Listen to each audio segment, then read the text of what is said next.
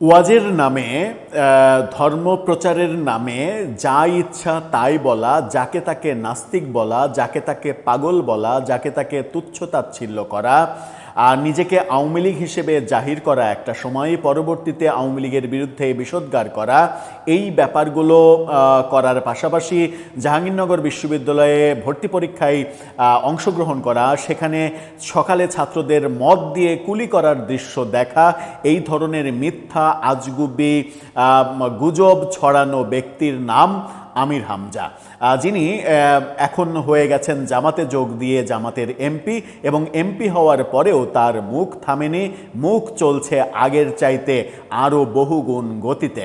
তিনি জ্বালানি এবং বিদ্যুৎ মন্ত্রীকে নাস্তিক বলেছেন, তিনি বীর মুক্তিযোদ্ধা ফজলুর রহমানকে কিশোরগঞ্জের ফজু পাগলা বলে এখনও তিনি চিৎকার করছেন। এই ব্যাপারগুলো আমরা দেখছি। সম্প্রতি একটা অনলাইন প্ল্যাটফর্ম থেকে একটা তদন্ত করা হয়েছে, যেখানে এটা প্রমাণ করার চেষ্টা করা হয়েছে এর আগে তিনি ওয়াজে যেটা বলেছেন যে আমার দাদা একটানা 21 বছর চেয়ারম্যান, আমার দাদা বাবার 14 গোষ্ঠী আওয়ামী লীগ করে, অন্যরা বলে আমি নাকি জামাত শিবির করে, এই বক্তব্য তিনি ওয়াজে দিয়েছিলেন। আরেক জায়গায় বলেছিলেন আমার চাচা একটানা 21 বছর আওয়ামী লীগের চেয়ারম্যান। মানে কখন চাচা চেয়ারম্যান হয় 21 বছর, কখন দাদা চেয়ারম্যান হয়, তার এই কথার ভারসাম্য আমরা পাইনি। কিন্তু তদন্ত করে দেখা গেছে তার বাবা, চাচা, দাদা কেউ কখনোই মানে একটা ওয়ার্ডের মেম্বারও কখনো হয়নি, চেয়ারম্যান হওয়া তো অনেক দূরের কথা। এবং তার এলাকায়, তার গ্রামে খোঁজ নিয়ে ওই অনলাইন প্ল্যাটফর্ম খুঁজে পেয়েছে যে তার 14 গোষ্ঠী আসলেই আওয়ামী লীগের রাজনীতির সঙ্গে জড়িত। হঠাৎ করেই তিনি হয়ে গেছেন জামাতের এমপি। শেখ হাসিনার সময়ে শেখ হাসিনার মানে বলেছেন 18 কোটি মানুষের, 18 কোটি জনগণের জননী শেখ হাসিনা, এভাবে তিনি বলেছেন। এখন শেখ হাসিনার সম্পর্কে তিনি উদ্ভট সব কথা বলেন। সেই আমির হামজার বিরুদ্ধে এবার গ্রেপ্তারি পরোয়ানা জারি হয়েছে, তাকে গ্রেপ্তার করতে হবে, এই পরোয়ানা দিয়েছেন আদালত। কারণটা কি? কারণটা হচ্ছে যে ওই যে জ্বালানি এবং বিদ্যুৎ মন্ত্রীকে নাস্তিক বলেছিলেন। নাস্তিক বলা দেশের আইনে তো বটেই, ধর্মের আইনে, ইসলামের আইনেও নিষিদ্ধ যে তুমি ইচ্ছা করলেই যাকে তাকে নাস্তিক বলতে পারবা না, এটা ইসলামে কড়াকড়িভাবে নিষিদ্ধ। কিন্তু ইসলামের সেই নিষেধাজ্ঞা কে মানে? এরা তো পারলে প্রতি মুহূর্তে কোরআন শরীফেরও ভুল বের করে। কারণ এই আমির হামজাকেই প্রকাশ্যে বলতে শুনেছি যে লোকে বলে কোরআনের নাকি কোথাও কোনো ভুল নেই, আমি নিজে পড়ে পড়ে 53 জায়গায় ভুল ধরতে পারছি কোরআনে। অথচ কোরআনের ভুল 53 জায়গায় ধরতে পেরেছে না 56 জায়গায় ধরতে পেরেছে, এই 56 জায়গায় কিংবা 53 জায়গায় যদি এক জায়গাতে ভুল ধরতে পেরেছি এরকম কথা আমার মতো সাধারণ মানুষ বলে ফেলে, তাহলে ধর্ম অবমাননার দোহাই দিয়ে ওই কদিন আগে কুষ্টিয়া দৌলতপুরে পীরের আস্তানায় যে কাণ্ড করা হলো সেই কাণ্ড করা হবে এবং তৌহিদি জনতা নেমে আসবে। চলুন একটু জেনে দেখি আমির হামজার বিরুদ্ধে কেন গ্রেপ্তারি পরোয়ানা জারি হলো। এবার কি সত্যিই তাকে পুলিশ গ্রেপ্তার করবে? কোন সিচুয়েশনে পড়তে যাচ্ছেন তিনি? এতে কি তিনি নিজের মুখে লাগাম টেনে ধরবেন? সে আলোচনাই করবে এই ভিডিওতে। থাকবেন পলিটিক্স টিভির নিয়মিত আয়োজনে।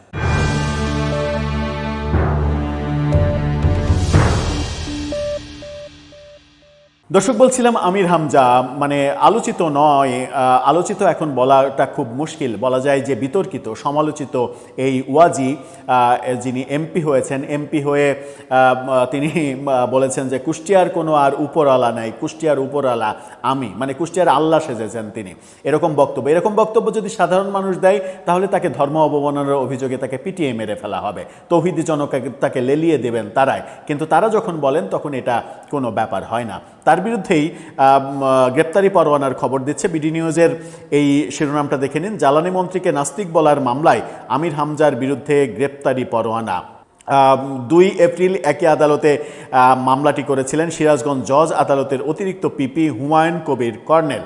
সেই মামলাতেই এবার তাকে গ্রেপ্তারি পরোয়ানা দেয়া হলো। কি বলা হচ্ছে? সিরাজগঞ্জের একটি মানহানি মামলায় কুষ্টিয়া 3 আসনের সংসদ সদস্য তার বিরুদ্ধে গ্রেপ্তারি পরোয়ানা জারি করেছে আদালত। চৌহালি উপজেলা আমলি আদালতের বিচারক সুমন কর্মকার এই আদেশ দেন বলে মামলার বাদী এবং জেলার আইনজীবী সমিতির সম্পাদক হুমায়ুন কবির কর্নেল নিশ্চিত করেছেন। আজকে এই আদেশ দেয়া হয়েছে। বিদ্যুৎ, জ্বালানি ও খনিজ সম্পদ মন্ত্রী বিএনপি নেতা ইকবাল হাসান মাহমুদ টুকুকে নাস্তিক ও ইসলাম বিদ্বেষী বলায় 2রা এপ্রিল একই আদালতে মামলাটি করেছিলেন এই হুমায়ুন কবির কর্নেল। সে সময় বিচারক আসামির বিরুদ্ধে সমন জারি করেছিলেন। হুমায়ুন কবির কর্নেল বলেন, মুফতি আমির হামজা সিরাজগঞ্জের কৃতি সন্তান ইকবাল হাসান মাহমুদ টুকুকে প্রকাশ্যে নাস্তিক বলেছেন, যা বিভিন্ন গণমাধ্যম এবং সামাজিক যোগাযোগ মাধ্যমে প্রচারিত হয়েছে।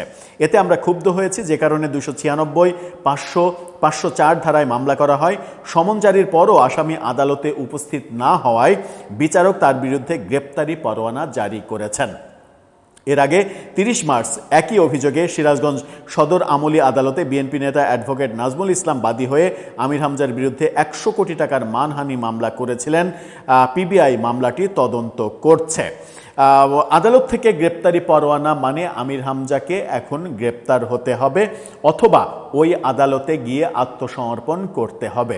যেহেতু তিনি এমপি, আদালতে গিয়ে আত্মসমর্পণ যদি তিনি করেন, গ্রেপ্তারের আগে যদি আত্মসমর্পণ করেন, তাহলে হয়তো আদালত তাকে জামিন দিতে পারেন। তবে তিনি যে কর্মটি করেছেন, সেই কর্মটা মানে সরকারি দলের মন্ত্রীকে বলেছেন বলেই তিনি বিপদে পড়েছেন, কিন্তু এই কাজটা তিনি এর আগে জীবনে বহুবার করেছেন। তিনি বহু মানুষকে নাস্তিক বানিয়েছেন, তিনি বহু মানুষকে মানে এটা ওটা বলেছেন, এবং এখন মাননীয় সংসদ সদস্য এবং বীর মুক্তিযোদ্ধা, আমার কাছে সংসদ সদস্যের চাইতে তার বীর মুক্তিযোদ্ধা এবং মানে রণাঙ্গনের একজন কমান্ডার হিসেবে তার সম্মান অনেক বেশি। সেই রণাঙ্গনের যোদ্ধা বীর মুক্তিযোদ্ধা ফজলুর রহমানকে এই আমির হামজা প্রকাশ্য ওয়াজের নামে বারবার ফজু পাগলা বলে মানে নিকৃষ্ট ধরনের শব্দ প্রয়োগ করেছে। মানে এই মানে কর্মকাণ্ডগুলো অবশ্যই থামানোর ব্যবস্থা করা উচিত। যার যা ইচ্ছা, মানে বাকস্বাধীনতার নামে যার যা ইচ্ছা সে সেই শব্দ প্রয়োগ করবে, যাকে তাকে গালাগালি করবে, যাকে তাকে নাস্তিক বলবে, এটা তো এই সমাজে চলতে পারে না। এই ধারাটা বন্ধ করতে হবে। আর এই ধারা বন্ধ করতে না পারলে যেটা হবে সেটা হচ্ছে যে একটা অরাজক পরিস্থিতির দিকে আমরা চলে যাব। এখন দেখার বিষয়, এমপি হিসেবে কিংবা প্রভাবশালী একটা দলের মানে সদ্য নেতা হিসেবে, যদিও তিনি একটা সময় তার 14 গোষ্ঠী তো আওয়ামী লীগ করে, তার চাচা দাদা 21 বছর আওয়ামী লীগের চেয়ারম্যান, যদিও সেগুলো সব মিথ্যা বানোয়াট, কিন্তু আওয়ামী লীগ করে তার 14 গোষ্ঠী, এটা সত্য। সেই আওয়ামী লীগ করা ব্যক্তি যখন এখন জামাত হয়েছেন, অনেকে গত 20-21 মাস ধরে এদের রাজনীতি নিয়ে এই কথাগুলো বলে আসছিলেন বারবার, যদিও এই আলোচনাগুলো আমি করি না সাধারণত। সেটা হচ্ছে যে গুপ্ত সুপ্ত এই ব্যাপারগুলো বলে আসছিলেন, সেগুলো বলতে চায় না, সেগুলো নিয়ে অযথা নোংরা শব্দ ব্যবহার করতে চায় না। তবে একটা সুস্থ সমাধান হওয়া উচিত। অবশ্যই সরকারের এই মানে ওয়াজ যারা করে, ওয়াজের নামে বিদ্বেষ ছড়ানো, ওয়াজের নামে যাকে তাকে নাস্তিক বলা, ওয়াজের নামে মানে অন্য ধর্মের মানুষদের গালাগালি করা, মানে হেনস্থা করা, কটূক্তি করা, এগুলো বন্ধ করা উচিত আইন করে।